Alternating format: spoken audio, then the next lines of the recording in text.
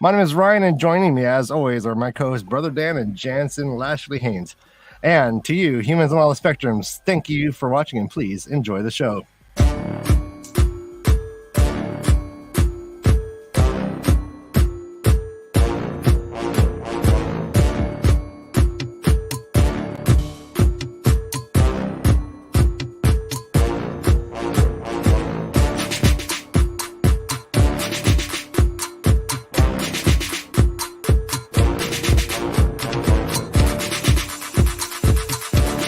You know it. You love it. It's Tavern Talk. Let's go. Hey, Jansen. Hey, Brother Dan. Welcome. Hi. Welcome. You know what we haven't done in a while, Brother Dan? What? Wear funky, cool glasses and look like a executive producer of like Wings? Wings? No, I was referencing opening the tavern door.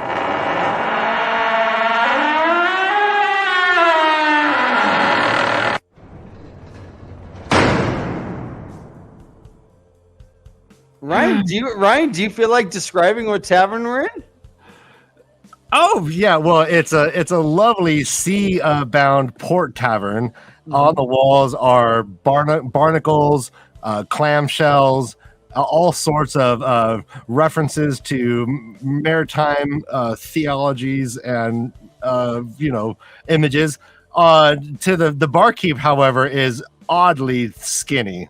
Skinnier than we want. It's an issue. It's an issue, but she is quite well endowed, and she loves to dominate people. And I think her name is Mistress Dovie. What? Yeah, but I'm not sure. I'm new to the area. Great callback, guys. You gotta put me on the spot. How'd I do? And you just call out people in chat. Yeah, that was a reference to like 2 years ago, Jansen. We used to actually describe the tavern. We used to name every tavern and describe it, and Wow, it was a thing. As a lot of things we've done, we just gotta peter out. Yeah, we move on. Well, everyone out there, it's great to see you. Last week we had a little bit of a change because there was so much big news from Brandon Sanderson, and we wanted to talk about that. And we're back into the deep dive of the show of the Wheel of Time, and we're on episode 7. Before we start, we also want to tell you guys we have a gigantic spoiler alerts of red out the whole thing. So if you have not read the books or The Eye of the World and finished it, or if you haven't been someone who's already been through the entire series of The Wheel of Time, you might want to put this on hold and watch it later, just so we don't take away any surprises that you might have. Mm-hmm. Tavern Talk is known for its spoiler-filled discussions where lips are loose and rumors and theories fly like Ryan, like UFOs at Area 51. I'm behind the scenes doing something else. Yep, I could tell. You caught me. I was like, ah. So yes, full spoiler. Episode 7, The Dark Along the Ways. Which is a definite chapter pulled straight out of the books. We start. Give you a tiny, small, little 10-second, prequel of what happened the last episode. So we ended with Moraine getting exiled, and that was by her own volition, and her and Swan's, little deal to get her back out of the tower. But this series started with what I think, in my heart, is one of the coolest scenes that they've ever had on this entire Best cold open. I want to say it's one of my favorite scenes in all of television history. Up there with Battle of the Bastards. You're not wrong, Ryan. Battle of the Bastards. The woman who plays Rand's mother is such a good actress in this. Yes. I was amazing. I was feeling her labor. Oh my God. I was feeling it all. Yeah, I think she's awesome. Her name is Magdalena Sitova, and I do suspect that we may see her in some flashbacks. Oh, I thought you were going to be like hashtag Tigraine lives. No. In some flashbacks to come, especially when we get to the, Fires of Heaven, and when they have those depictions, when we go back to when Rand finds out his roots. So this has been one of, it's one of my favorite too, Arosa. I think this is so cool the way they started, and I think that we'll start with Tigraine Mantiar, who again is the actress Magdalena Sitova. And Tigraine, obviously in the books, everyone who's read them knows that she had to leave Camelin. She was the daughter heir, and she eventually took the name of Shael, which in the old tongue in Rand land means she who is dedicated. And I'm not going to tell you guys what they were all dedicated to. We'll talk about that at some point, I'm sure. But they were those who were dedicated. And this was by far, and if I have any, thing partially bad to say, any criticisms, I would have thought that I might have seen a fight scene of this proportion by now in the series. Yes. But we haven't, and that's okay, because they gave us this, and this was a gem. I think they tried a little bit with the Narg scene. They tried. They did try with but that. it was dimly lit. You couldn't really see, and both Rand and Tam seemed a little inept and barely got out of there against one trawler. This was Jason Bourne. I mean, so not only did this scene set the tone for this, but it also gave you so much information about the Aiel themselves. So much. So when we hear Aiel later in the show, that not only are they badass, but they're women who are like in labor will still kill four of y'all. Not only they're women in labor, this was a woman who wasn't even one of them, one that was trained only 2 years by them. Mm-hmm. That's the crazy part. You got to believe that the Aiel, they're some of the scary, they're scarier than Trollocs. If one of them can do this to 7 men, she like blocked arrows out of the sky. We're like, clink, clink, clink, clink, clink, clink. So hold on, did Tigraine in the books have red hair? She had red gold hair, the exact same color. She had Elaine color, right? It was Elaine/Rand's color. Because this woman looked as Irish as you can get. Oh, yeah. She had very red hair, which we assume that the Rand gets his coloring from his father in the books, correct? We do, but we also remember that Tom Maryland in a few episodes before told Matt, and Loyal told Matt the same, and told Rand that the red-haired coloring was a distinct sign of where someone could come from, and that's what they called them Aiel. And this is for TV and for shows anyway. They needed to have those clues that Rand. It's a rare but dominant gene. Yes. and she proved it. She proved it. Yes. So after this glorious fight scene that ends with Tam Althor slamming the sword down in front of Tigraine. Actually, her name is Shael now, but we don't know it's Tam yet. We just know that we've seen that sword before. No, but we also. So Jansen, did Rand as a in utero? I mean, how close was he to death when she got stabbed in the stomach? Right. So as a TAVERN, did he maybe block it away? He wiggled out of the way. He wiggled, yeah. It's possible, but I think that, later on in the books, we do get twice they say he came in violence. He came in destruction. Uh-huh. I can't think of a better way to come in destruction than this that. Is my favorite way to come.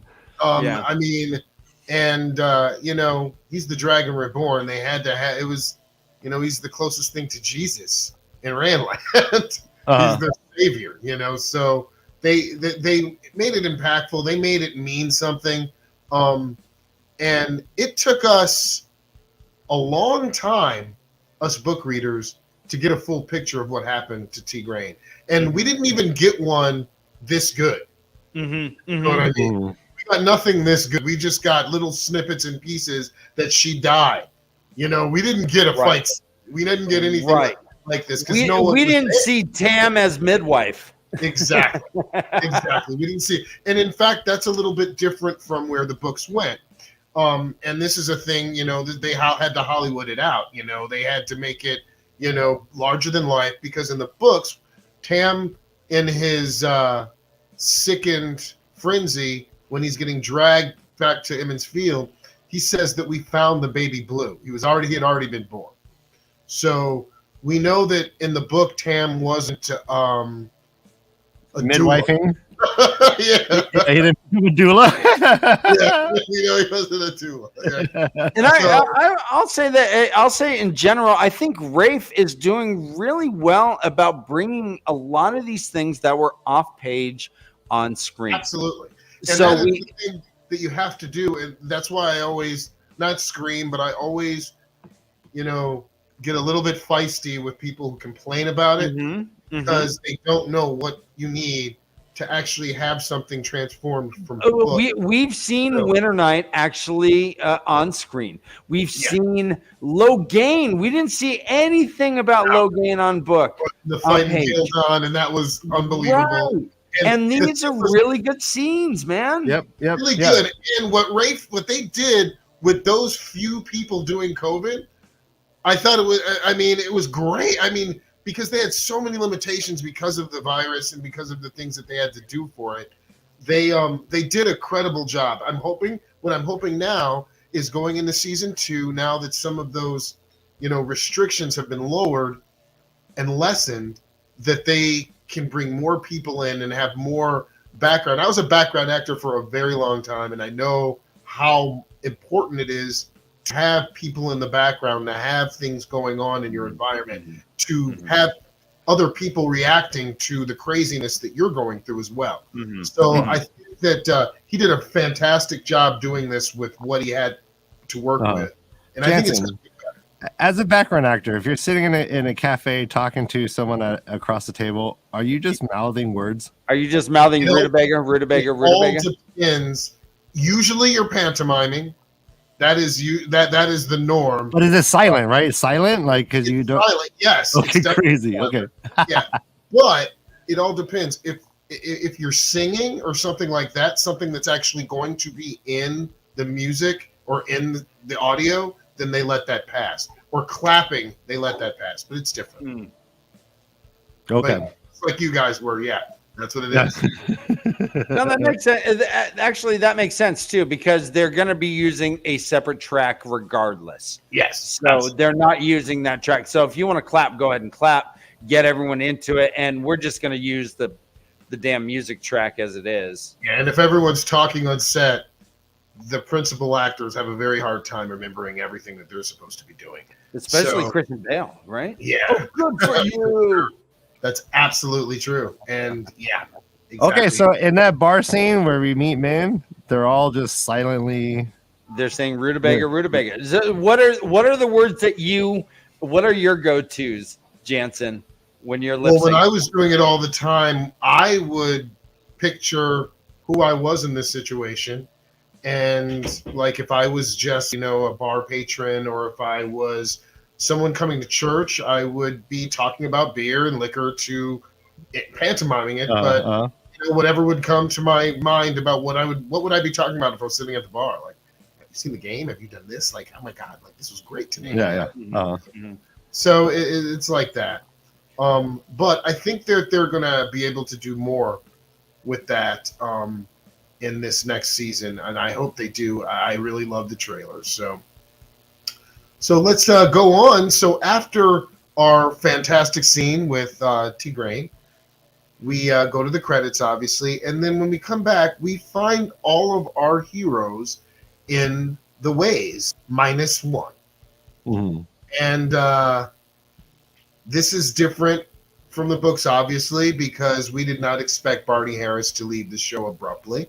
And we did not expect, nor did they expect to have to scramble to come up with some new script and some new things that could happen for Matt to get back en route to where they had him before.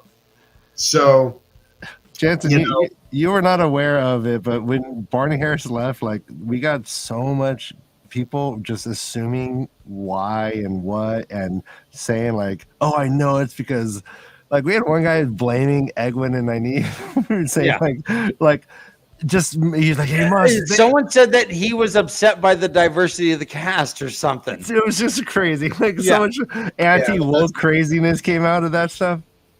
Yeah.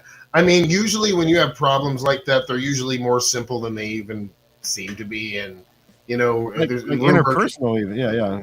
Well, yeah, I mean, if I had to guess, if I had to guess what happened, I would guess that he just refused to take COVID vaccine. Yeah. I think that'd be the easiest thing to think of. And I don't think we'll ever really know until, 40 years from now when they have the Wheel of Time, like people coming back and Barney Harris admits what happened. I don't know. Well, how about this? So if it's something as simple as I just don't want to take the vaccination, why the silence? That seems like the most simple thing. It makes me personally, why couldn't he go out and say, "Oh, I just didn't want to take the vax"? That's all. Boom. Well, maybe because it's possible he wanted to possibly get more jobs. It could be a good point.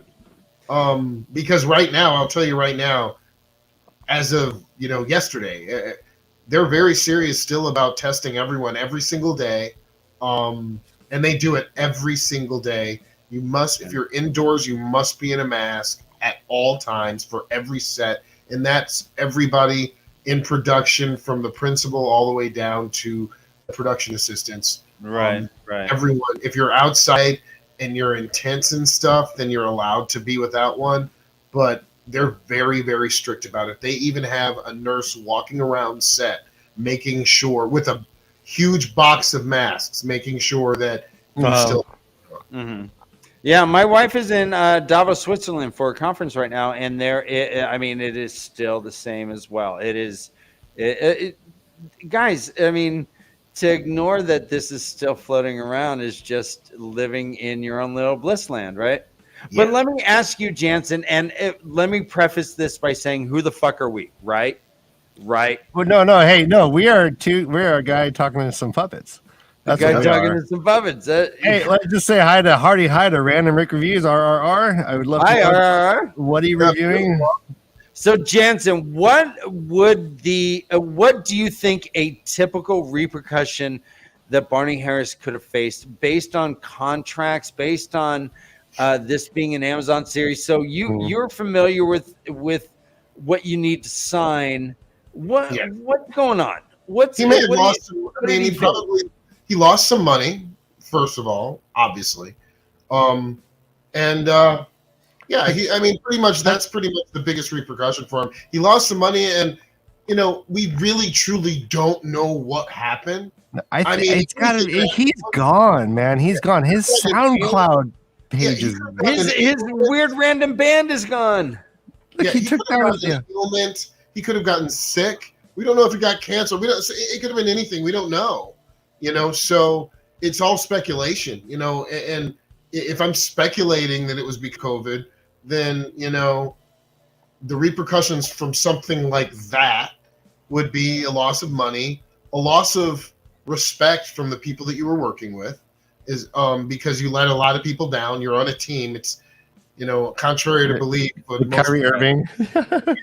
You're on a team and people depend on you. Mm-hmm. And when you're one of the stars, you have more weight on your shoulders than anyone else because you have production assistants and grips and photo directors and like 500 to 1,000 people who are depending on your performance, while they're backing you up to make you look as good as possible. So maybe he faked a vaccine card and then got everyone sick. Could be it. I mean, he could have gotten COVID. You know, something, anything. It could have been anything, you know, and like that's why it's tough to speculate. You don't want to put somebody in a position where they may not have ever been in. But if you walk away from a contract, regardless, though, you are at least facing just financial repercussions as well as perhaps like a reputation. It's crazy. He's just gone. Yeah. Like, I wish him well, we're like the community's worried about him. Like, is he in rehab? Did he? To me, he was the best actor of everyone in Emmons Field. I think carried every scene he was in. I think he was for one reason. With the exception of Piran, who killed his wife, Matt had the most stakes and the most things to care about messing up than anyone else. He knew that his parents were inept at taking care of his two very small sisters, and that was the driving force behind him. And which is a great stake to have with somebody who cares. You know, and I'm interested to see what they were going to do with that, or what they are going to do with that in season 2, because that was a serious thing. I actually think, you know, what they could do, you know, is that all 4 of them, all the Cothans are going to end up dying by Pat and Fane instead of Piran's. Okay. Okay. Ooh, okay. That's a prediction. I think that's going to happen, and Matt's going to find out about it, and it's going to give him a reason not to go home. Well, Jansen, I had said when we were first doing the Eye of the World book that I thought that Marin Alvear should have been killed in the Winter Night. Ooh. Because then it would have given Egwene much more character and impetus besides just being adventure, yay. Hey, how dare you guys go on an adventure without me? That's bullshit. I fucking wanted her to have a little stakes in the game as well and have some revenge-minded shit about that, you know? Huh. Yeah, that's a good idea. Well, we still have, you know, next season to see, and I believe that people are going to die that didn't die in the book, and possibly people who died in the book may live, you know. And by the way, was anyone impressed with Uno?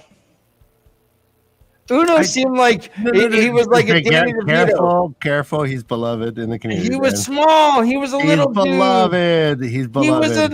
He was like 5'6". He cursed and he had like salami meat. He's like, oh, you flaming! No, yeah, I'm gonna get to Uno in a little bit because definitely, I actually have some stuff about this, and I love casting, and I do not like his casting. Go on.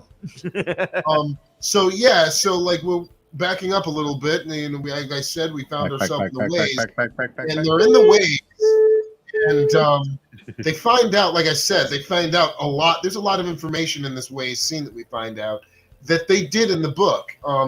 You know, Loyal talks about, you know, I like the fact that they brought out some things straight out of text from the book. Like the one thing I believe Loyal says, you know, to believe that there used to be fruit trees, bell fruits, and grass that people lay on in here.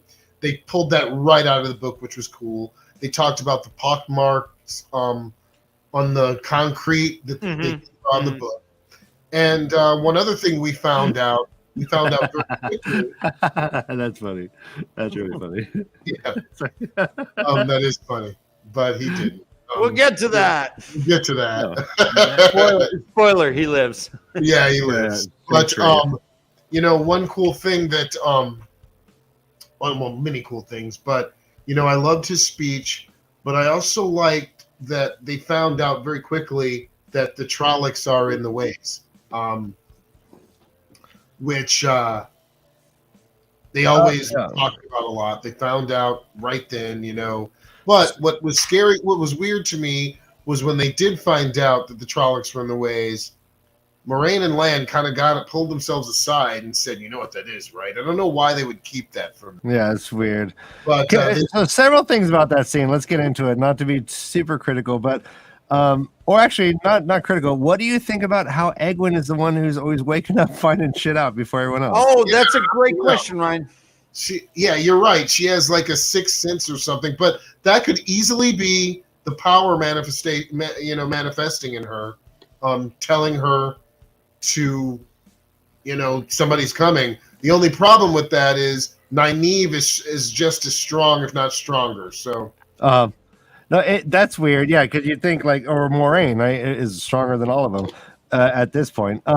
So that's I thought that was interesting. I did think it was a little weak to just have one random Trolloc pop up from the side. Was he crawling along? Was he just was he rappelling along the side? And it was ah!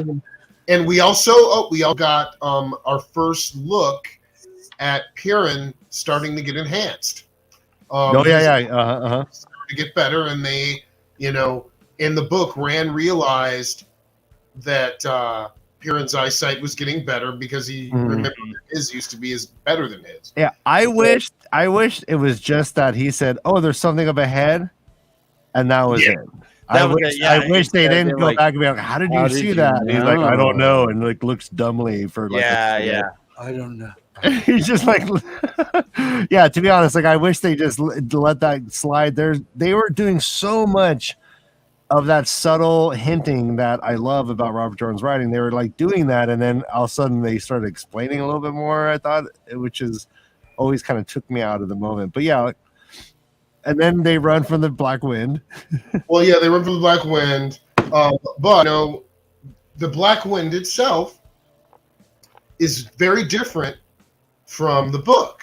There are definitely some differences. Oh, yeah. And what I do love what they did, what Rafe did, they actually used the Black Wind to help push and move the storyline along.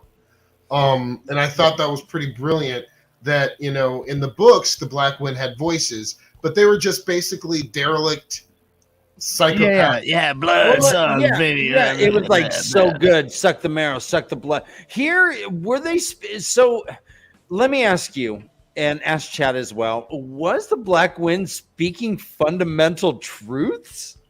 I believe it was speaking.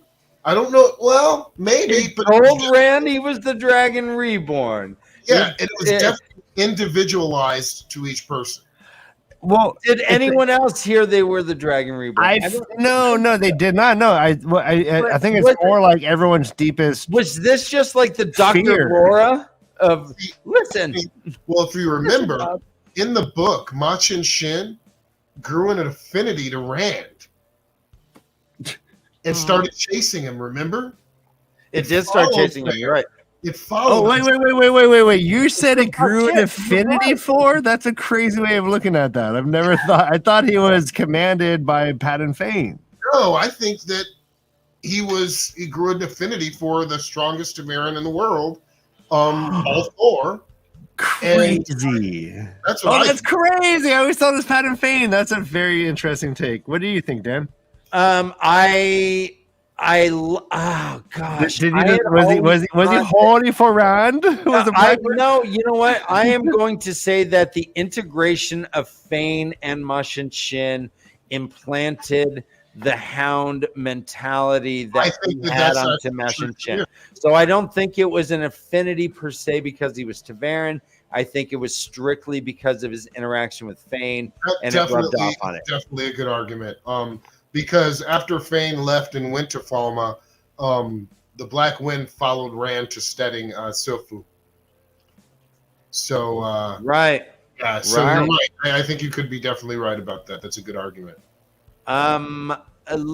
So let me say visually, I got I was reminded of Harry Potter when Harry needs to get a key and there's all these flying keys, kind of flying in a swarm kind of thing. Yes. And I'm unsure what Machin Shin is actually. Is it shards? Is it? Well, we get a description of them a couple times from Loyal and from Viren and from Moraine in The Great Hunt. And no, I'm saying visually on the in the episode, they seem to be little daggers, little shards, little that's twins, right. little weird things that Like- that Nynaeve like blocked away, and they were bouncing off of her shield. That's a good question. Yeah, what do you think was happening? Are they like a physical thing, or is it? I was confused by that. Well, I don't know. I think they had to find some way to manifest the black wind, as far as visually, because it's easier to write about it than to see something like that. Ooh, it's they had- debris. Yeah, I think that's Debris. debris. Didn't we go to school with Debris? Yeah, he was a starting center. They. But when when the black wind does come and they're panicked, in the book, Moraine used her power, Sidar, to help them escape the black wind, and they changed that a little bit, and they made Nynaeve use her power to block it off, while Moraine used her power to open up the door. All right, and let me just say, I'm ever since I've turned 40, I cry like a baby. But like that again, I watched on rewatch. I got choked up again. It really rips at my affinity towards Nynaeve and just her whole modus operandi, which is to She's save. a powerful woman. Yeah, to save her friends, and like that's how I resonate with her so hard. I am a yellow Asha. And Ryan, this Nynaeve on screen is not fueled by anger. Hey, Dan, I can't see you. No, I'm seeing you though. Okay. Is not fueled by anger. It's fueled by passion. It's fueled by protection. Oh, this is a much more sympathetic Nynaeve than book Nynaeve.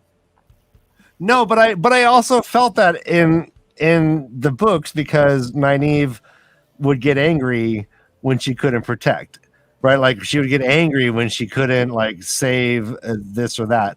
But at the heart of it is that intense will and desire to like just save those she loves, and nothing more pure than that. And that came out, and I was like, oh my god! And that weird stance she's doing when she's kind of like contorting herself and like, argh! It was great, right? She was like, all right. Before we get out of here, Jansen, I'm going to put you on the spot. What did Loyal hear? Loyal, what did he hear? Yeah, what did he hear? Well, Ryan, that's part of my wait, Mom. Just 5 more minutes. Is I want to know what the wind said to Loyal. So Jansen, go ahead. I think we saw everyone else. We saw everyone else but Lan. I think Lan and Loyal, yeah. Wait, Lan, it was you can't protect her. No, even we did see Lan. Yes, you did. Yeah. You should have never left the steading. You're going to die. Your book is shit. Your book is shit. I think that's what the Emperor have heard. That's funny. Yeah, I'd assume that it was something to the effect of "You'll never write your book," or that, or I don't. But he doesn't know that Rand is the Dragon Reborn yet. So at this point, yeah, and he's not talking about his book at this point, is he? Yeah. No. And, he runs a bookstore or something. Yeah. And so that's amazing. Again, we'll get to that, guys. All right, DK, we'll get to that next week, DK.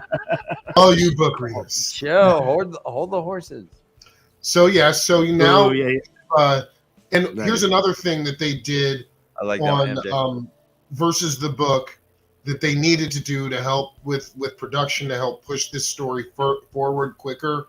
And when you're reading the book, you get the feeling that they were in the ways for a pretty long time. Yes. And that was one of the worries I had about this episode going into it. I was like, so is this episode going to be the entire episode, them in the ways? I thought that was going to happen. I actually was very pleased with how they made it quicker, how they got out of there quickly. I like that because you could get more story. Well, Jansen, also the Eye of the World seems to be a set location. It seems to be anyone can go there. And in fact, it seems to be where they were planning on going through the ways. Hey, we're going to go to this way gate that's at the Eye of the World. They had to go to Faldara instead and go through the blight. But it seems like the eye. So the eye itself was this esoteric, based on need. Yep. Thing. And guarded by Semester. DK, we'll get into it next week. Yeah, and guarded. Yeah, and totally And guarded. guarded by the green. Yeah, it does seem like it's a place that everyone knows where it's at. It's just right over there. Yeah, I think it was guarded by the Green Man. God, and I wanted to see the Green Man. I wanted that psychedelic moment. It's like Nameshta. I need some Nameshta. What? I still think we may see Semester. In like when they go back to Age of Legends? They go back to the Road to the Spear chapters. Shit. Is Luce going to be like hobnobbing? We may even see him when they go into Roidion with the Tree of Life. Mm. That too. You know, there's a. I can't wait to see that. Something like that. He may have been put in charge to, watch the Tree of Life grow and help them. I mean, something like that. Mm-hmm. That's now that our Emmons Fielders have gotten out of the ways, we come to a new place. Jansen, I will say there will be no Nameshta, though. The CGI will just cost too much. They got too much shit going on. I mean, I would love to see it, but it's a pipe dream. There's no way we're seeing. I don't think we'll see. We might see that, like that scene that Rand sees, where he sees like the Green Man working alongside Man and the ogres together, and it'll just be CGI. And it'll just be like a distant kind of like.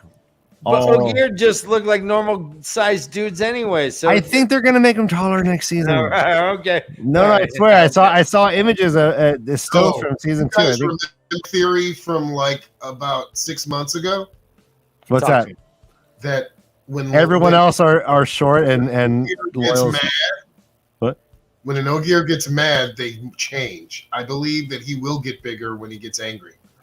He fucking hulks out. No, he'll become Ogier. No. He'll go super Ogier Saiyan. You noticed how weary everyone is when they talk to the builder and give him so much respect? Like Agilmar didn't even give Moraine that much respect. But I think that Loyal, when he gets pissed, something's going to change.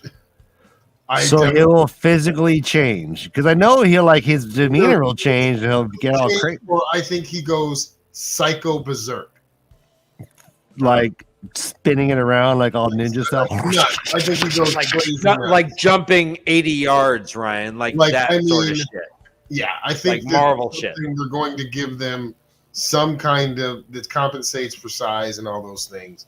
I think that as soon as he's gonna. I mean, in fact, I think in the trailer it looks like he's mad as hell at something. I can't remember, but it looks like he's mad.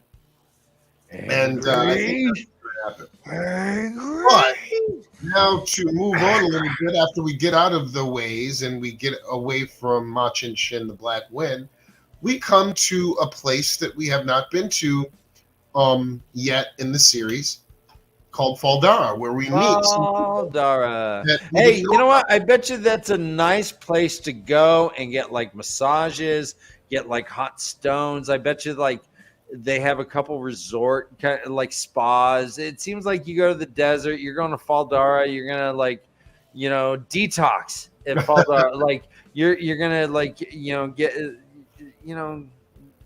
Well, one thing I did notice as soon as we went to Faldara that was different from the books is that the Borderlanders don't have the same reverence for the Aes Sedai on the show as that they did in the book.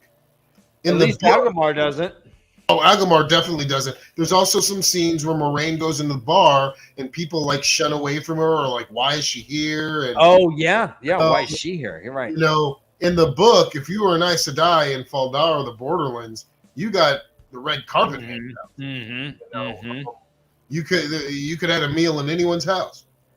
Also, just as a note, one time while watching so I watch with the visually impaired, so it says things, and they called him Lord Egelmeyer. I saw that. But I have to believe. But they called him Lord Agelmar in the IMDb, so I think right. Agelmeyer, though, that pronunciation like cracked me up. Yeah, I was like, wait, did I hear that right? I rewind it. I'm like, Agelmeyer, yeah. You called him But Agelmeyer. like, speaking of Lord Agelmar, we get to meet Lord Agelmar, his sister, Lady Amelisa, Una, in that first scene, and I forgot the other guy's name, Lord. Ingtar, probably. No. Now, that guy was supposed to play Ingtar, but he's not playing Lord Ingtar anymore because he got a better gig with more money playing in the Disney Willow. What the fuck? So he was... Too many fantasy series out there, Jansen. I know. He played Lord Yamada. Okay. Yeah, he played Lord Yamada. He was supposed to play Ingtar, but they have another actor coming in to play Ingtar next season because the other actor didn't have the time. He had already been booked. But you're right. Agelmar in this does not show Moraine the respect at all. Not at all. He actually... But it seems that that's his personality. And she talks to... When she's talking to Amelisa later, she's like, well, yeah, your brother just is that way. He thinks he knows everything, you know. What do you tell somebody? You can't tell anybody he knows anything. We are going to talk next week heavily about the horn that is under the seat that he is sitting on currently. I have some issues that I need to get off my chest about this. I as well. I need a hug, Jansen. Well, see, there's the book, when they went to the Eye of the World, there were 3 artifacts there. We pretty much know now that one of them, which was one of the seals to the Dark One's prison, isn't just not existent in this series. It's not going to be there. And in fact, again, we'll get into it next week, but the eye may have been a seal because it was cracked at the end of that series. So that may have just broken one of the seals. It may be. So the seals might not be these little things that you can put. It may be 7. Dovie could just put in this little cupboard, up here. Right. It might be that it might be a whole floor size thing.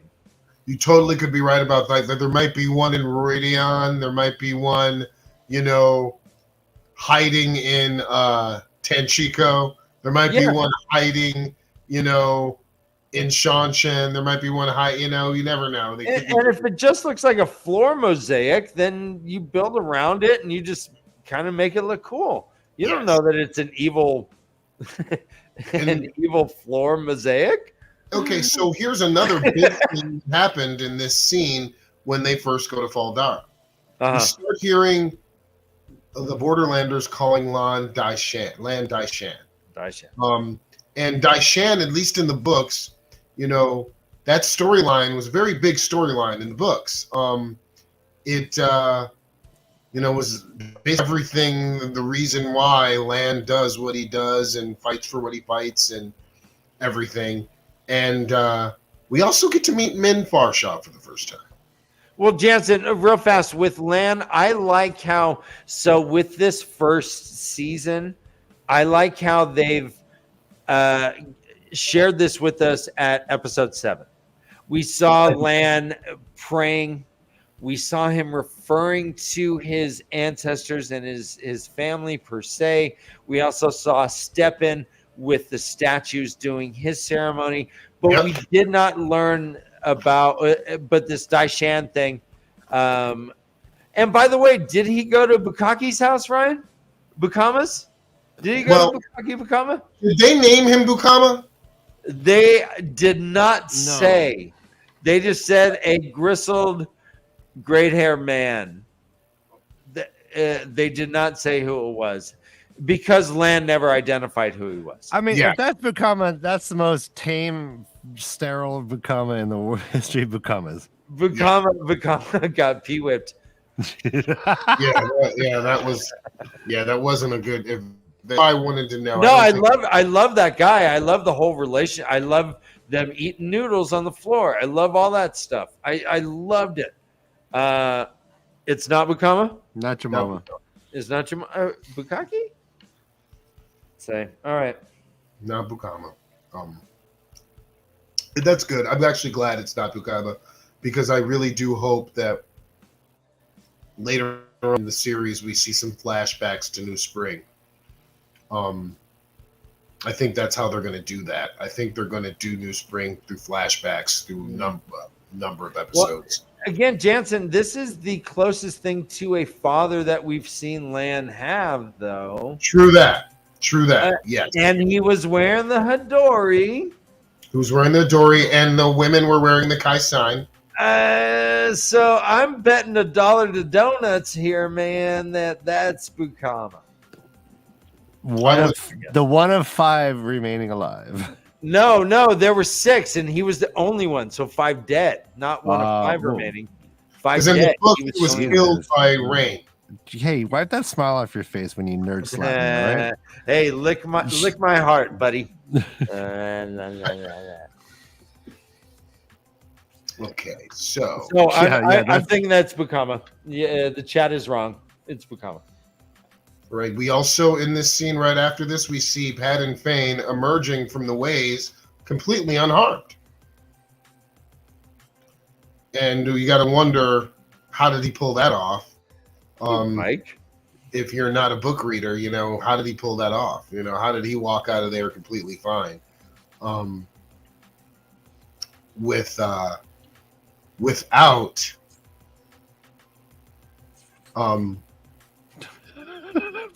what's his name? Without Mortis. Go ahead. Because you forget, we completely, the one big character they've already also taken out of is Mortis. Okay. From Shadar Logoth. And we haven't heard any of that at all yet in the show. In the book, that's what I said. In the book, Pat and Fane was already infected by Mortis when he came through the ways. Right. So do we assume that car salesman is that Mortis that actually tainted Pat and Fane? Is that the same dude? Do we think? It's probably the only Forsaken that's out right now, right? No, I'm talking about Mortis from Shadow Logo.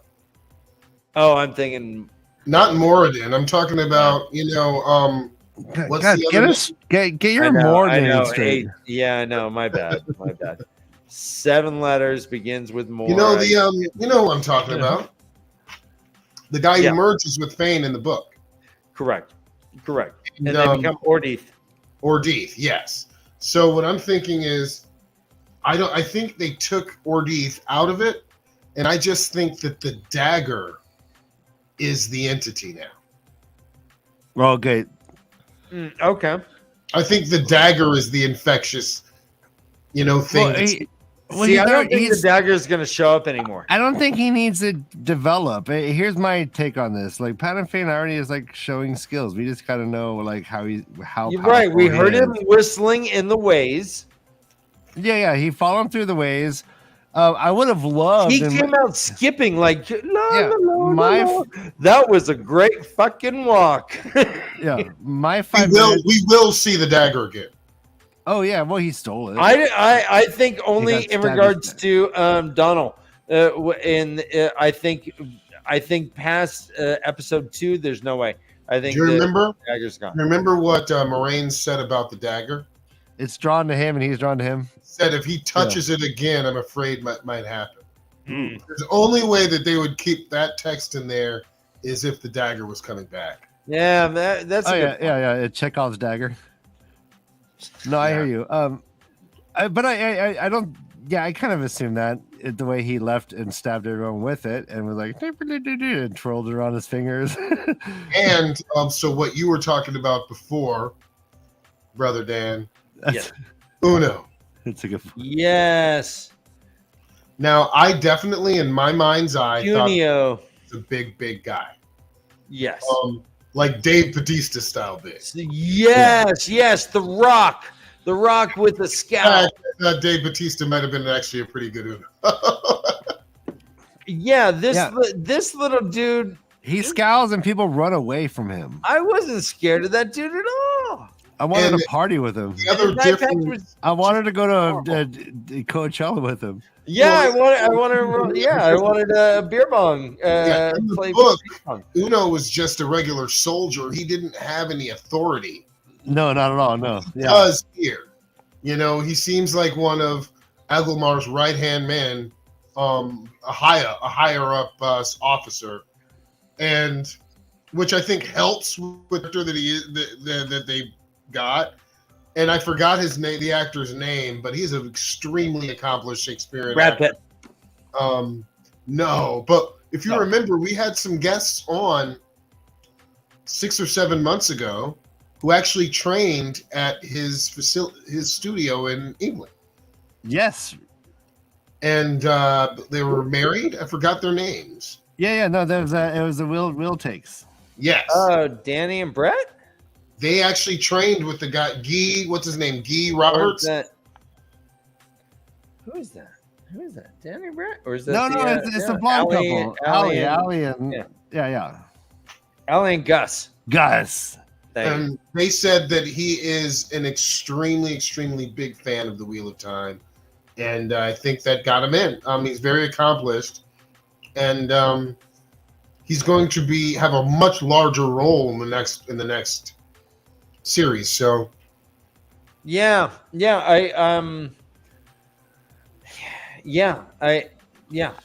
hope so too. What I saw, it looked like Nynaeve would be kind of looking down on it. He did. Yeah, he was a very small stature.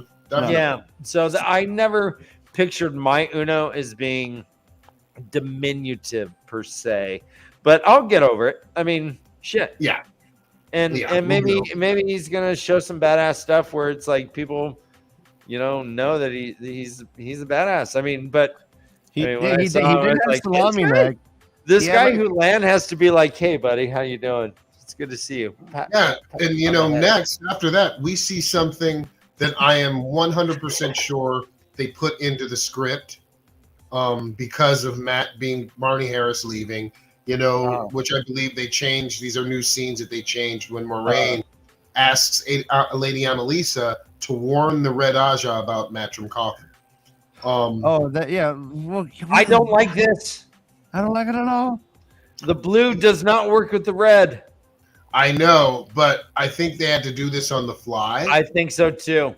And I'm actually looking forward to where this is going, but right here, right now, it is so out of character for Moraine to give up anyone to the Red Aja, regardless of anything, because of the way the blue and the red are. But I'm anxious to see how this is going to turn out. This is a cool little side quest, I think, for Matt. It is, and we're going to see, hopefully, to do something quick that can get him back to where he's supposed to be.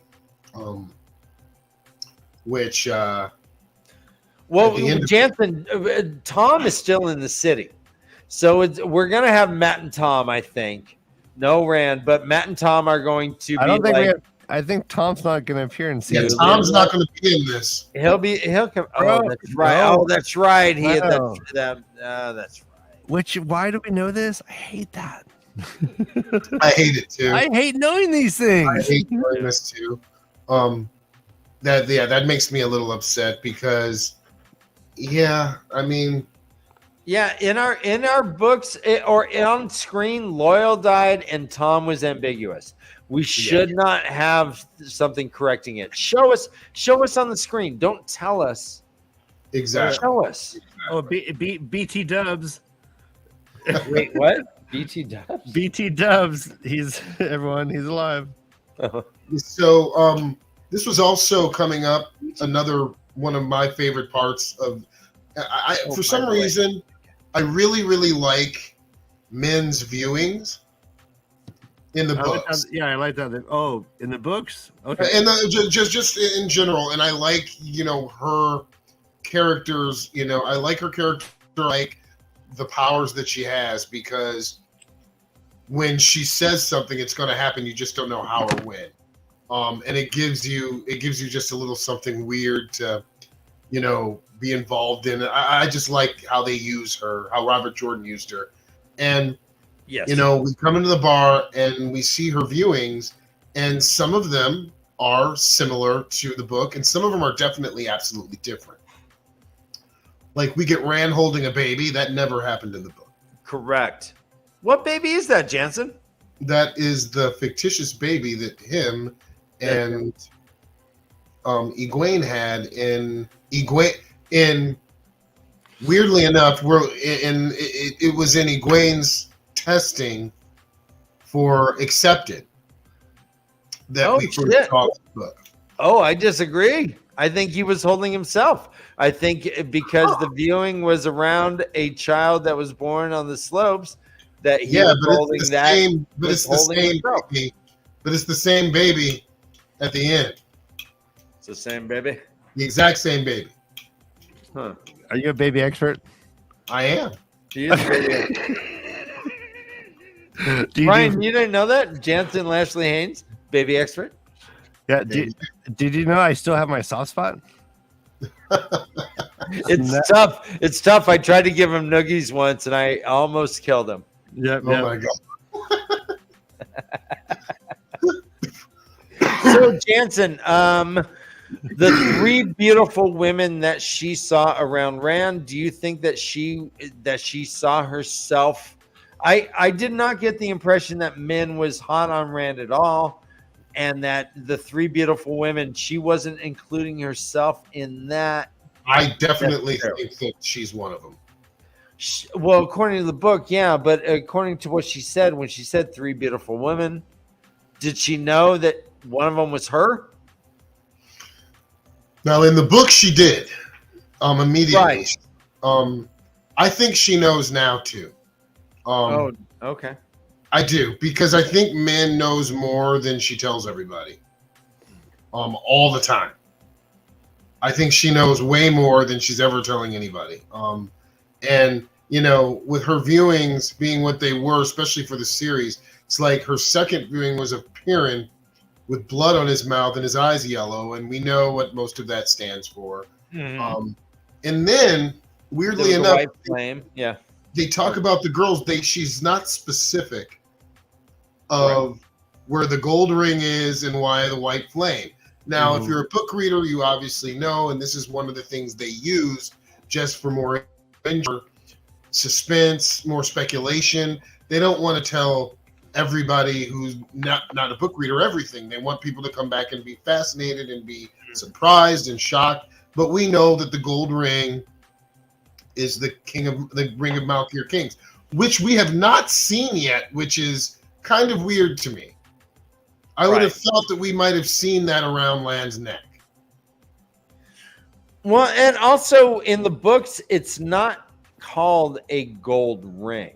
No, it's just called a big signet. It's a stone ring. No, that's a signet ring. What's a stone ring is the ring that Viren gives to Egwene, that she can go to the dream world with. The Flector. So I thought well, okay. All right. Dan, do you see how calm Jansen almost feels bad having to correct you live on the air? No, I know the Flexstone ring, but I thought the other one was made of stone as well. No, it's a large. They describe it as a large man's signet ring.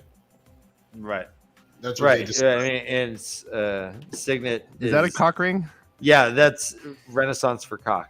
Yeah. That's why she wears around her neck. They call that an Arab strap, Ryan. And then we haven't talked about the fourth viewing she had that was definitely not in the book, but could have been three in the book, where she tells Moraine that the Amyrlin seat is going to be the ruin of her. Right. What do you make of that? Well, she's not specific as far as which Amyrlin. And I think that it's very possible that, off screen in the books, men could have said the same thing to Moraine. Because we do know through the books, there's a lot of information that Moraine knows that she's not telling everybody, including the readers. So, well, what's interesting also, Jansen, is she's like, I thought I would just talk to Min. She's still around. They're like, you mean the seer? So everyone knows that Min has this ability. well, not everybody. Not remember, everyone. Yep. she says, "Did you tell them?" And then she says, "No, nobody knows." And you can thank the Aes Sedai for that. Oh, right. But it. I guess it's a rumor then. Hey, Jansen, take a screenshot and show your wife this. Oh yeah, I got to do that. Jansen can't be. I love that. I love that. Thank you. You're welcome. Yeah, you're welcome. Yeah, I got your back. And so yeah, I the Amyrlin being the downfall of Moraine can mean us being book Reno can mean 100 different things. Right. I like the floating specks that were chasing away the darkness to link them. Yes.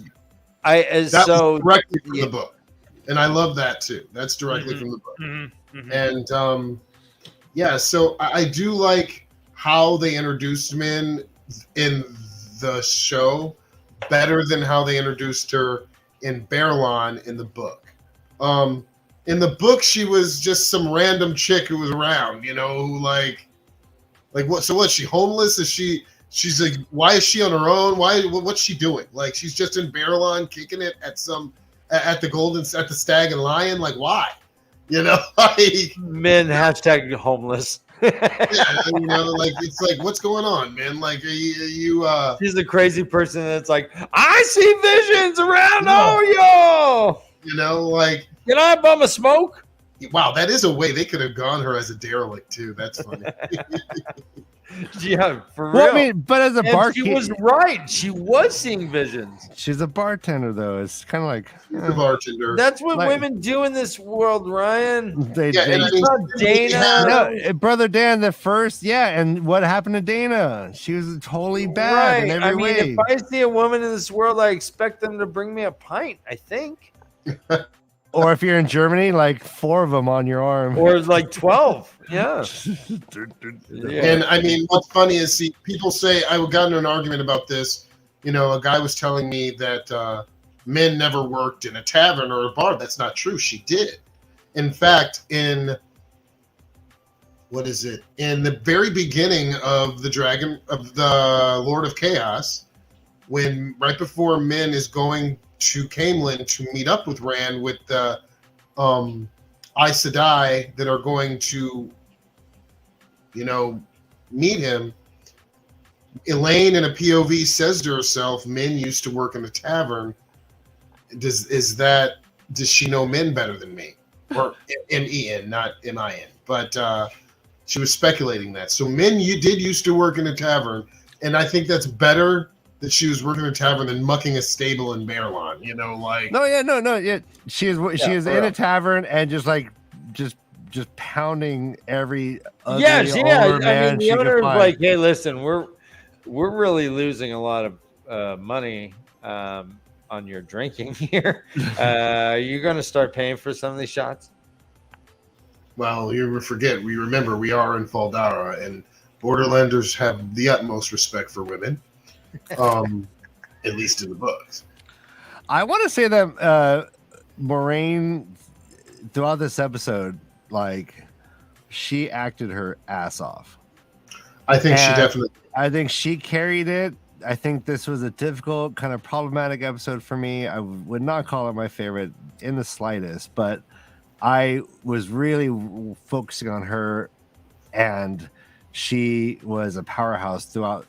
With very little, the writing was not really fleshed out in ways that seemed obvious to me, but she just carries the scene, especially when they exit their ways and her eyes are red and blurry and bloodshot. And she looks haggard and just as effed up as you want someone. They all look weeded. They all went through some shit, man. Yeah, and I think because of that, directly into the next scene, I think that's why Moraine starts being more forthcoming with the Emmons Fielders, starting to trust him more. She's very sorrowful that she she's taking Lan's life away, and that he could have had a better life than just following her around.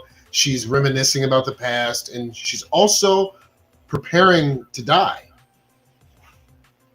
because she knows that anybody else going, well, at least her belief. And this is also something that Robert Jordan was great at. You know, a lot of people in the Wheel of Time believe things that aren't true, and they believe things that might not happen.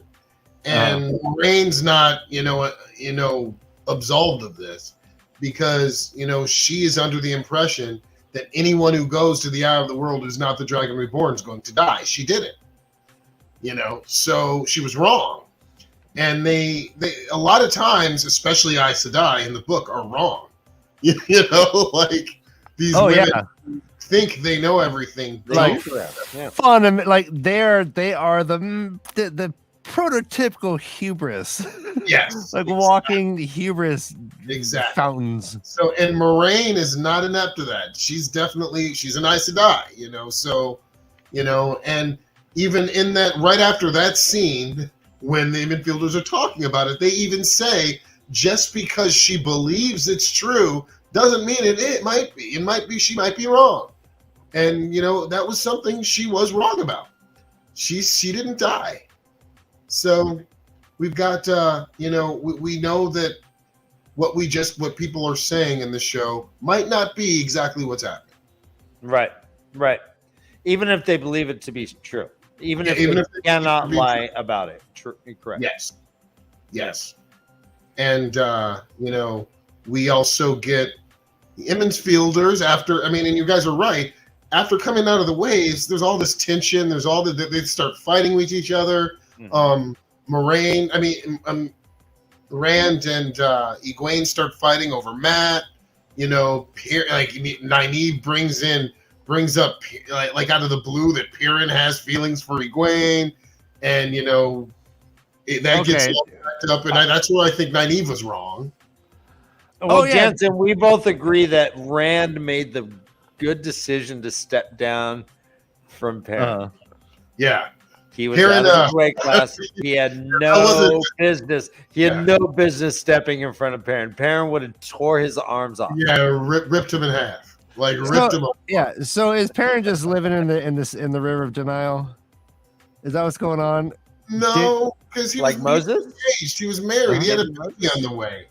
Yeah, but they hinted very early on, like he was like all enamored when Egwene comes back, and then he was like, "Hey, why don't you go back to your wife? She's working in the forge, bro. Like, stop." Yeah, I think that Perrin is a very emotional man, and I think he cares about his friends. He loves his friends. He loves Egwene. He loves Rand. He loves Mat. And I think that come on, they're on the road together, and he was like snuggling up to her. But I just don't see it. I think that he loves her like a little sister. I think you're emotionally blinded right now. I think it's right. Yeah, but this parent seems a little jealous, man. I saw Brooke Perrin liking her. Egwene says, "Are we all right?" And Perrin says, "We're always going to be all right. We're always good because I love we're always going to be all right." And that was a older brotherly. They're Emmons Fielders. They take care of women. They take care of their own. Of course he's going to take care of her if he needs to. I think Emmons Fielders take advantage of vulnerable women all the time. Hey, here's the thing. I think that's how all the Congers and Coplans got married. Someone was in distress, and they're like, "Hey, listen, don't worry about it. Come snuggle with me." Okay. I think Perrin's a lying bastard.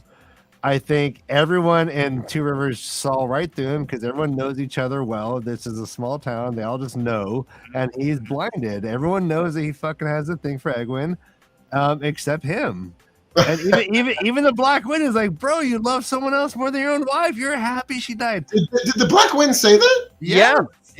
Said, you killed your wife because you don't love her as much as you love someone else. Yeah. Oh, no, it didn't say you killed. It said you're happy she's gone. No, it said you killed your wife. I think it said you killed your wife. I think it said you're happy she's gone because you love her. I missed that. I gotta go back and see that. So, I yeah, even the Black Wind called it out. Ate your fries. if the Black Wind called it out, then the Black Wind's pretty knowledgeable. So.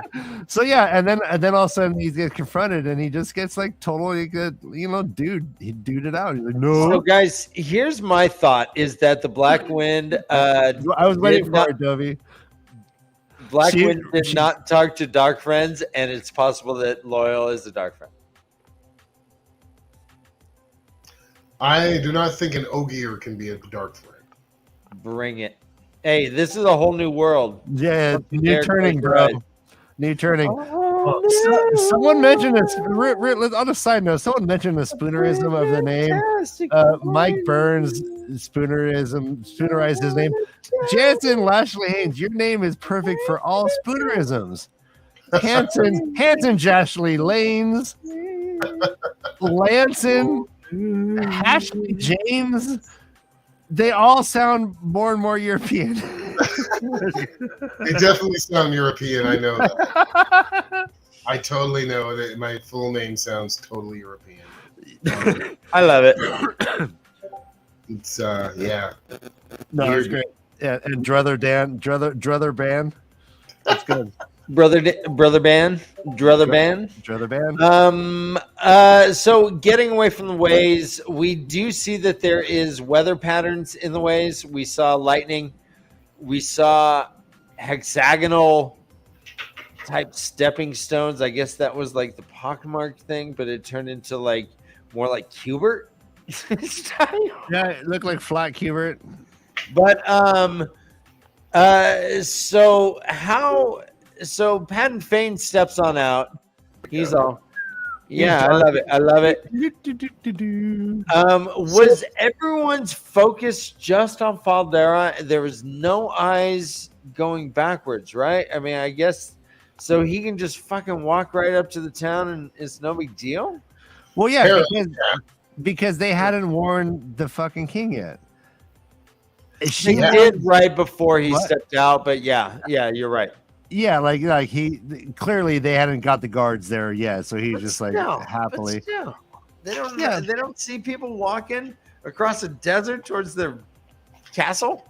They should have. They did in the book. They did in the book. You're damn right. He tried to sneak in twice in the books. He ran away once, and they caught him on the other side doing it again. See. And Perrin's just like, hey, I just thought that, hey, I think that was Patton Fane. And Egwin's like, you're dumb. Hey, Noman Gardner, if you love spoonerisms, why would you make your name unspoonerizable? That's Ryan. I think you just made a word up. I often do. Unspoonerizable. You just see me in bed. Guys, Google that. See if you find it anywhere online. Let me know. So you guys know what happens next, right? We get something that never happened in the book at all. And we get a pretty lovely scene of a Malkiri family that Lan's going into. And what I do love about this was a really good way in a film or a television show to give some backstory to Lan. Not only to give him backstory, but to also cultivate Lan and Nynaeve's relationship. Nynaeve is a stalker, and they were eating delicious pho in my head. Pho? Yeah. Now, here's the thing about that with Nynaeve, and it's also different from the Nynaeve in the book. The Nynaeve in the book was definitely not as forward as our Nynaeve in the show. No, this Nynaeve is down to DTF. Yeah. See how I did that right? You very good catch. I stopped. Yes. Definitely more forward, and of course they needed to do this because in the book it took years for her to get in Lan's bed, literally. Right. But to move the story forward, to push it and drive it, they needed to do some things like this. And it definitely keeps the audience looking. We want to see, people getting it on. We want to see the intimacy. We want to see these things visually in a show that versus Perrin doesn't. Perrin doesn't. He turns his back. Yeah, totally. And not only after this Malkiri scene, We don't just get one love scene, we get two. We do. And guys, this land seems like such a delicate lover. What is not to like about this land? He prays silently. He doesn't force his religion upon his friends. He maintains good relationships, is awesome with kids. He always brings gifts. And he's the most tender lover ever. And he's not as hard as old Blue Eyes in the book. No, definitely not as hard as old Blue Eyes. But I think Bookland tosses people around. I mean, sex with him. By the way, when the Aes Sedai water bond, when it says that it grants stamina,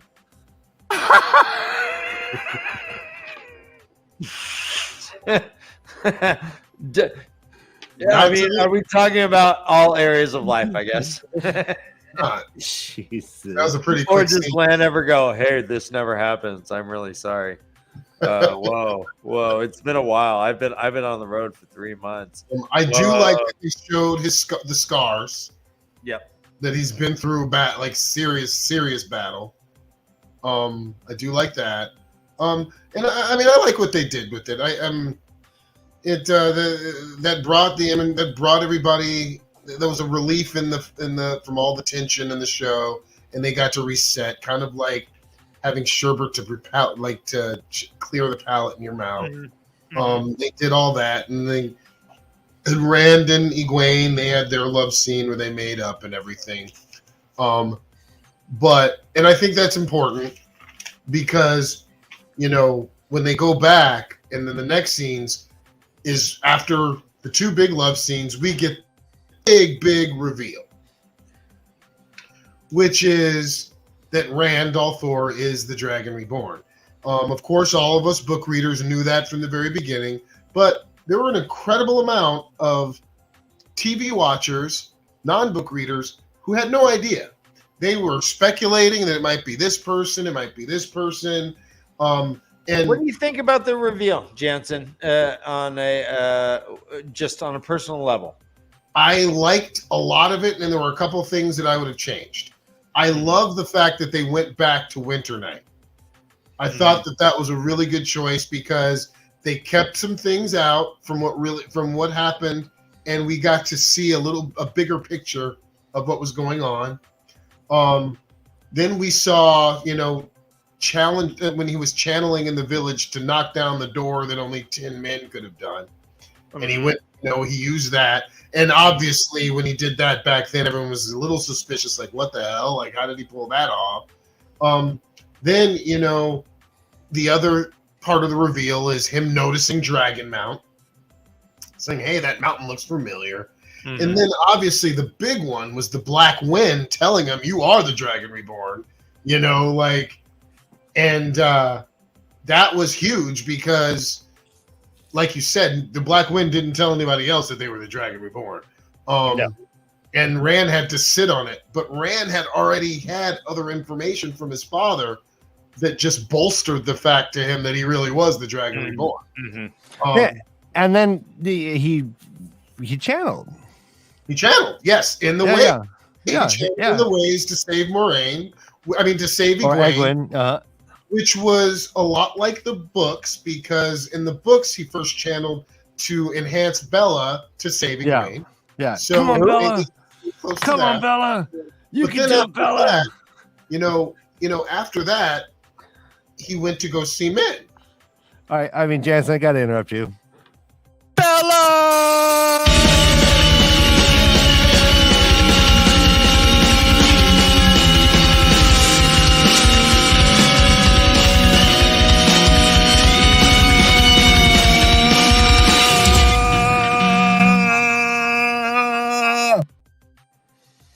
All right, contractually obligated. Yeah, it's part of our deal.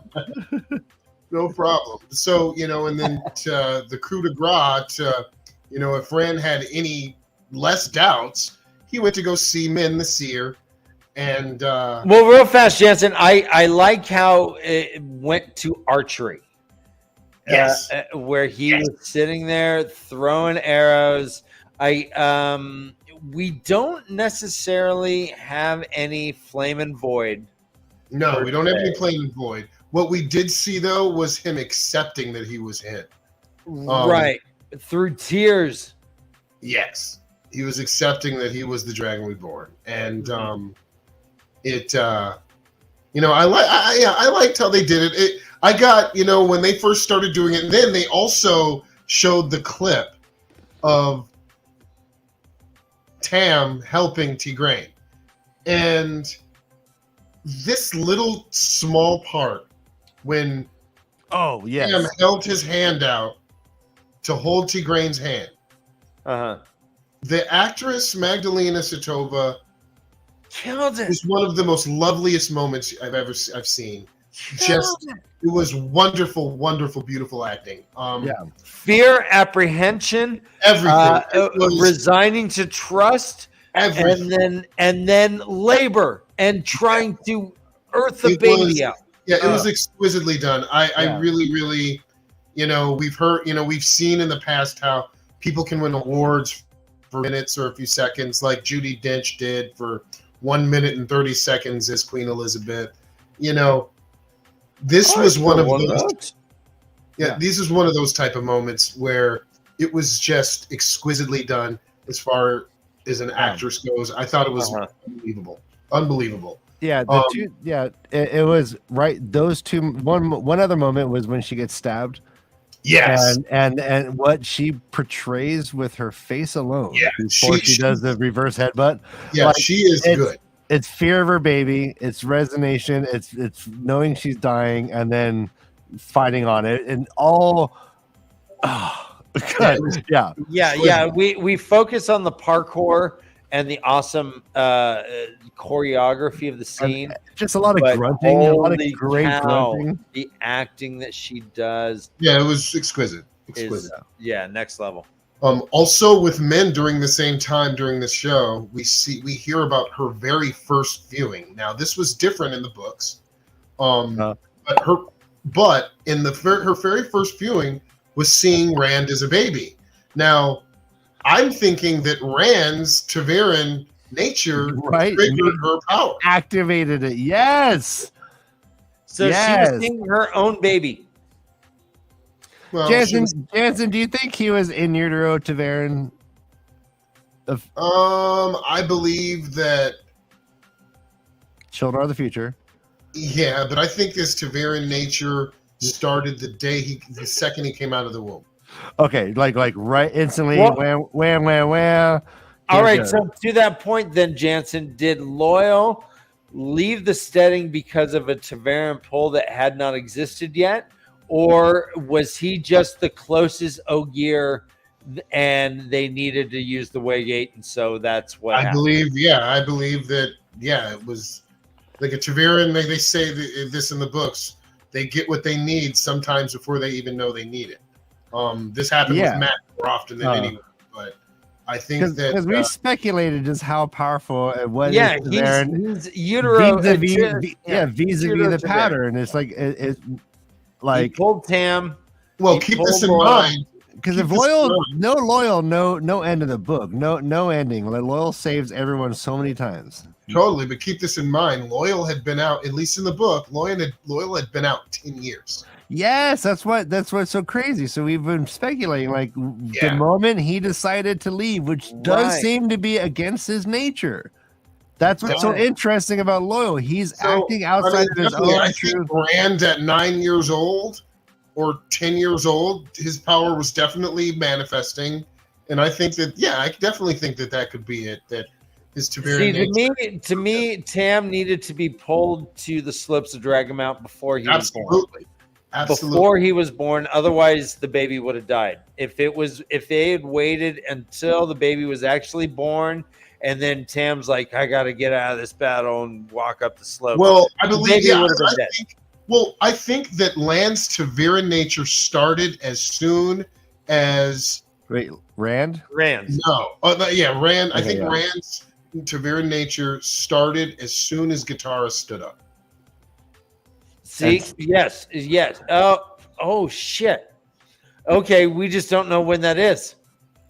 Yeah, I think Well, as soon as she stood up, that's We when. just don't know when that is, right? Yeah, I thought it was the moment he was born. Could they even have arguments in the books that say they don't know whether he was just born, if he was born that week, or if it was born. You're right, but because of the nature of it just being a foretelling. But like, why wouldn't it be the moment? She was saying, I like to think it would be. I would like to think it was the moment. I do think that. Yeah, and but she flipping died. She didn't die from any other foretelling. She had other foretelling. She's like, I'm gonna have a bowel movement this tomorrow. And she did. We go on. The actual definition. Don't kill your argument, right? No, but here's the thing: the actual definition: foretelling. Foretelling is the future. Right. It's not three-telling. It's not five-telling. I think that saying that when Guitar stood up, Rand hadn't been born yet, but his TAVERN nature was coming out of the womb. So I think you're right. Interesting. See, I'm with Ryan. I think it was the exact moment of his birth that she did that. She had never had a present telling. She'd always had foretellings. The present telling killed her. I could go along with that argument, definitely. But I still think that the Dragon Reborn pulls the pattern so much that even in utero, that Tam. I think you're right. You've sold me on that. I think that's true. I think that she was radiating it out of her belly. Yeah. I definitely think. Yeah, I think so. Okay. So I get a little weird because of in terms of like like every day, Ryan, you get a little weird. Well, yeah. Ask Kay. But no. When we get into like Tam Althor, right? So he leaves Two Rivers to quote unquote seek adventure, goes through everything he needs to do to get to the exact moment that kid is born. Right, he leaves a battlefield just to get away from the stench of blood. Okay, I get it. He's just wandering off. Like all of that just seems stinky, dude. I don't know. One force. There is a force stronger than Rand's TAVERN pull too. It's a pattern, just straight up. The wheel itself. Yeah. So the wheel wills as the wheel. The wheel weaves as the wheel wills. So when you put that all together, is the wheel moving human beings? Absolutely. Okay. So is it all predetermined, or is it predetermined? Wait, hold on, I'm on a roll, bro. Is it all predetermined, or is it predetermined in vis-a-vis TAVERN? Well, Loyal said it best. Tomorrow Island, if I want to move to Emmons Field from the, from the Westwood, that's a small change. But if I wanted to be king, there might not be that in the pattern for me. So. Tomorrow on the wheel weaves it. So I don't know. Yeah, I think that there's room for change. There's room for some small changes. But as far as the big picture, I think the wheel drives the force of it. And Loyal, because they even have that definition in Eye of the World. So real fast, Jansen could Rand. Was there any chance that he could have died as a 5-year-old? Could he have drowned in the wine spring? No, Matt would have saved him even at 5. No. Well, I mean, because the pattern says so. I mean, would the pattern have let 5-year-old Rand die? No. Because remember, even Viren says this to Rand. Who you are in the pattern can save you more than anything else. She says something to that effect to Rand, like, who you are alone will keep you alive because of who you are. She said, yeah. So if he fell off the top of the wine spring, he would have just happened to land in the haystack. Well, there were a bunch of kids who fell 3 stories around him and got up without a scratch. Right. I dig it. I'm just saying, would the pattern have allowed him to die? Like, did he know that he was immortal as a little boy? Well, he didn't know. No, I mean, but once the madness was figured itself out in his head, maybe he knew a little more than we think. But maybe it's like, I'm right. But I mean, what if a Forsaken showed up and killed like all the kids? I mean, what? See. Well, the pattern wouldn't let them out, and that's why the pattern had so many kids born. The pattern hid Rand. No, Tam Althor hid Rand. Well, Tam did, but that many children in that same week, there was a lot of kids, hundreds, maybe thousands of babies born.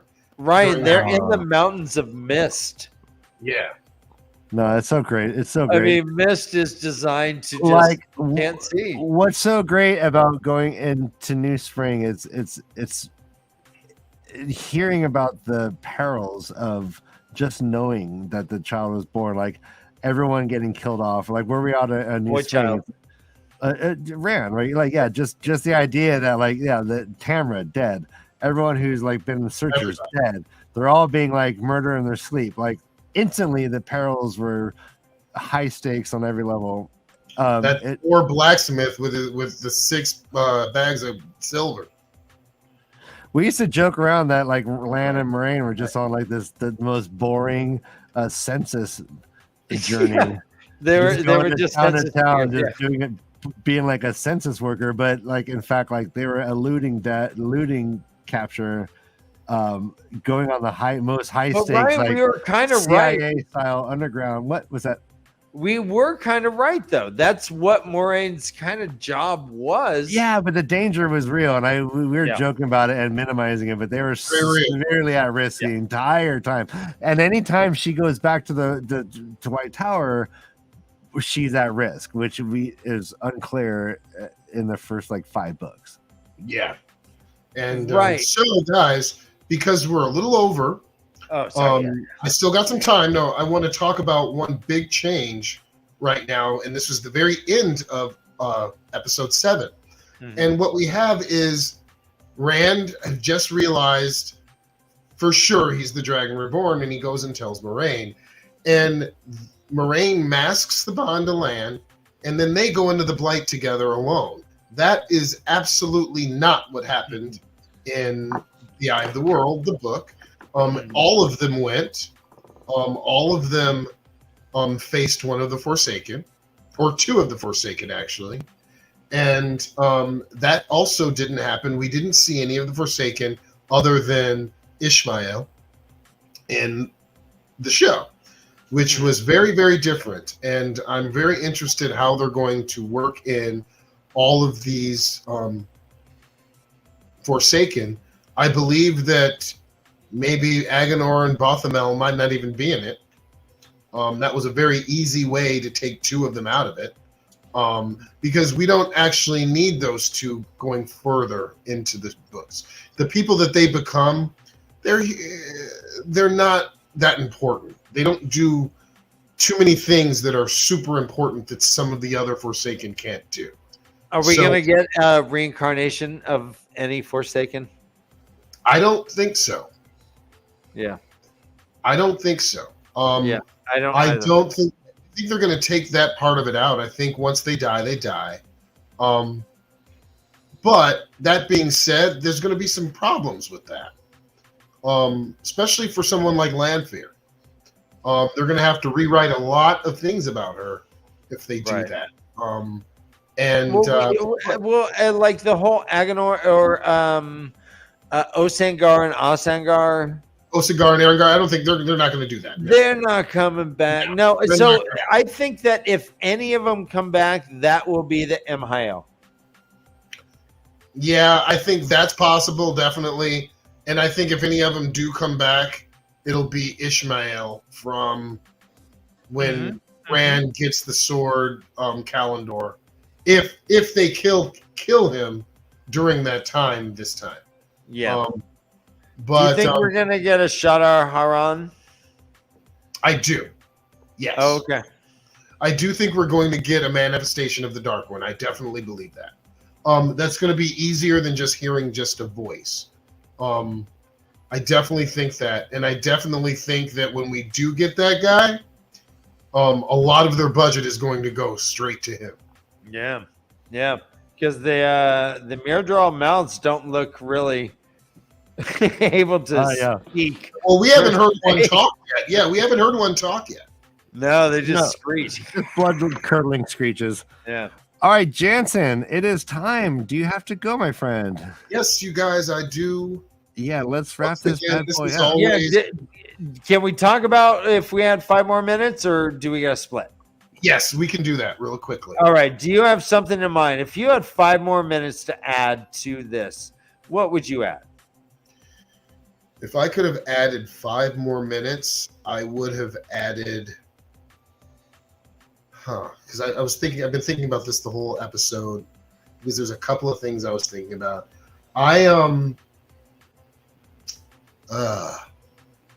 Shit, man. I would have, if I had 5 more minutes to this episode, I would have had Tam have a flashback to the Aiel War. Ooh. Or even Lan or somebody, because it just made sense to me to see more, not just through Tigraine's POV, but a couple of other people who might have been there too fighting.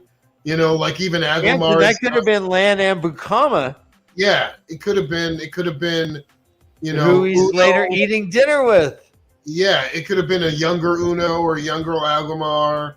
But I would have liked to have seen a quick flashback of the Aiel War, but with white cloaks and everybody on the same side. That's what I would have liked to see. I like that. Awesome, yeah. Ryan, what was yours? Oh, mine would have been Pattern Fane interacting with the Black Wind in the ways. Ooh, that's a good one. Yeah. Oh, that's a really good point. I guess I'm going to piggyback on yours, Ryan, and say I wish we had a little bit more Loyal. I wish that we had heard what was in Loyal's head when the Black Wind was there. And I also wish that, I mean, it's true to the books that Rand interrupts Loyal every time he freaking talks. Yes. He's like, oh, no, that's not the worst. The worst. And he's like, yeah, I get it, Loyal. Thanks. Moraine does it too sometimes. She's like, remember, I want your long memory, not your long wind. Right. So I guess right now, Loyal is, so if we're looking at like the group, he's like the silent, like computer nerd that like, I can hack this. Give me a minute, you know, kind of thing. But he's, I wish we could have fleshed that out just a tiny bit more in this. Yeah, that'd have been awesome. Yeah. Okay, guys. Well, I'm going to bid you guys a good week. Hey, just for all you guys out there, very small roles, very small part. But anybody watching Abbott Elementary this Tuesday, check it out. I'm a co-star this week. Let's go! Jansen Emmy award-winning Abbott Elementary that's on ABC at what time? ABC. When is it? ABC. I think it's on at 8 or 9. But yeah, I'm co-starring. I'm actually the very first scene. Not a big one, but it's me. I'm just gonna be. So this Tuesday. This Tuesday, the 18th. Oh. Right, I almost want to have like a watch. No, Wednesday, the 18th. Okay. Oh shoot, I was gonna say I want to do a watch party too. That's amazing. Little watch party. Oh man, I love it, man. Congratulations, Jansen. Any other announcements, Jansen, or is that right now? I do have a commercial coming out in a month, but I'm not sure when I'm allowed to even talk about that yet. So we'll see what happens. Did the kid stick where you were the voice of the Southern California Toyota dealers? They loved it. And also, season finale of the show Bel Air. You can check that out. I'm on the entire episode. I'm one of the uncles. Oh, what is that? Do you know when? That's on Peacock, and that's not going to air for about 2 months. But okay, I'll tell everybody about Seriously, Jansen, we're gonna have watch parties. Anything you're on, we'll all just gather on Discord and watch it live. Hey, if you want to come say hi to us, I will definitely. We'll fanboy all over you. All right, Jansen, have a good one. Let's say I'll let you go early. I want to do some business. Love you guys, man. I'll see you guys soon. All right. See you, Jansen. Love you. Next week. Bye. You know, we can't have that much vaccine talk without bringing up the infamous. Yeah. All right, everyone. If you have not seen this, enjoy. The wheel weaves as the wheel wills.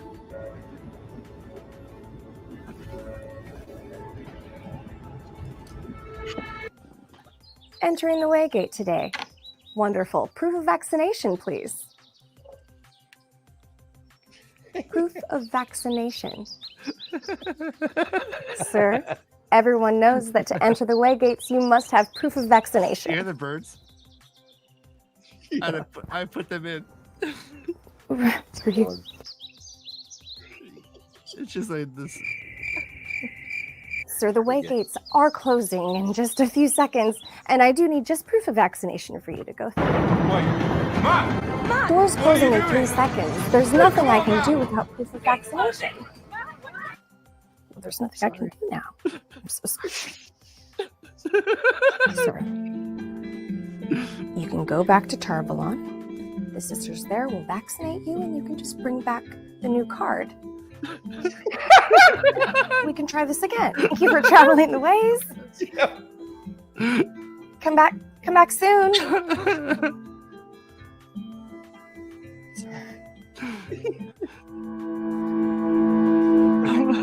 Oh, no. Vaccine.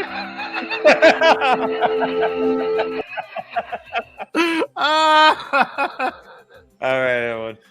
We just love it. We're laughing at our own jokes. All right, everyone.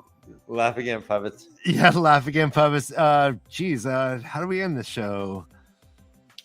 I end it. Oh, actually, before we got one more business. We got to do business. Taurus Hat Coffee Company. Again, if you drink coffee, I do. Away the Leaf. Away the Leaf are proud to be partnering with Taurus Hat Coffee Company. Taurus Hat Coffee Company is a family-owned business with a strong belief in giving back to the community. Taurus Hat Coffee Company is a social purpose business whose mission is to bring people the absolute best in small batch coffee while supporting children at home and around the world. And if you go to TaurusHatCoffeeCompany.com and use the promo code LEAF2022, you'll get 5% off your entire order. We hope Taurus Hat Coffee Company becomes your family's coffee of choice. Remember, a part of each order goes to an amazing charity and helps allow us to continue doing this show each and every week. So go to TaurusHatCoffeeCompany.com and use promo code LEAF2022 and receive 5% off your entire order. all right, that's right. Is that ad? Did you record it at like 1.25 speed? There's a lot of slow-mo for effect. Oh, I think it's fast. Towards that coffee. No. Oh no, brother Dan, I read that. That's live. It's hard to say. Did you speed that up? TaurusHatCoffeeCompany.com is ready to be your family friendly. No, I can do it, Dan. I can talk really, really fast when I want to. Wow. I just, I live every Audible book I listen to at 1.6 speed, so I've just been practicing.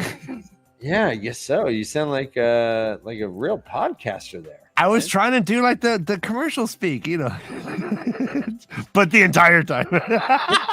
Maybe I should have paced it a little bit better. No, all right. It's just I love it. I mean, coffee. You drink coffee and you get energized. It's an energized commercial, right? All right. Thanks, KayK for the help acting wise. All right. So everybody, thanks for joining us. Thanks for sticking around. We'll be back on Tuesday for our first time reader show. If you have not seen it, you're missing out. It is a spoiler-free show up to the chapters we are on, which is, I think, something around New Spring. And Brother Dan, you do have lovely green eyes. I think you could make a living, make a killing just selling those green eyes, Dan. Why would I sell my eyes? I only have two. They're mesmerizing. Why would I sell them though? I mean, because if you got 1 million per eye, you'd be set for life. I would sell one eye for 1 million. Yes, okay. Right. I think so. Yeah, tax free, like clearing tax 1 million. Yes, cold hard. Yes. Yeah. Yes. I would sell a real human eye, my beautiful blue eye, for $1 million. And you'll just be Pirate Dan. Yeah. No, I would be Brother Uno. All right, in chat, would you sell one eyeball for $1 million? Just think about it. Oh yeah, see, that's a worthless eye. I'm fine. I want to sell your eye. Get that off the screen. All right, run for your life.